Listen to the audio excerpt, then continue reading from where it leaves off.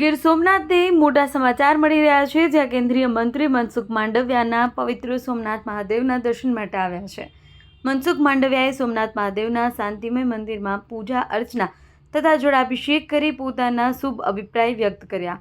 ભગવાન શિવના ચરણોમાં નમન કરી તેમણે રાષ્ટ્રના કલ્યાણ માટે પ્રાર્થના કરી। આ અવસરે જૂનાગઢના સાંસદ રાજેશ ચુડાસમા, પૂર્વ કેબિનેટ મંત્રી જસા બારડ તેમજ સ્થાનિક ભાજપના અગ્રણીઓ ઉપસ્થિત રહ્યા હતા। મંદિર પ્રાંગણમાં કેન્દ્રીય મંત્રીએ સાધારણ ભક્તની જેમ દર્શન કર્યા અને શિવ ભક્તિની ભરેલા વાતાવરણમાં આત્મશાંતિનો અનુભવ કર્યો। મનસુખ માંડવિયાની આ મુલાકાતને ધાર્મિક અને સાંસ્કૃતિક દ્રષ્ટિએ મહત્વપૂર્ણ માનવામાં આવી રહી છે।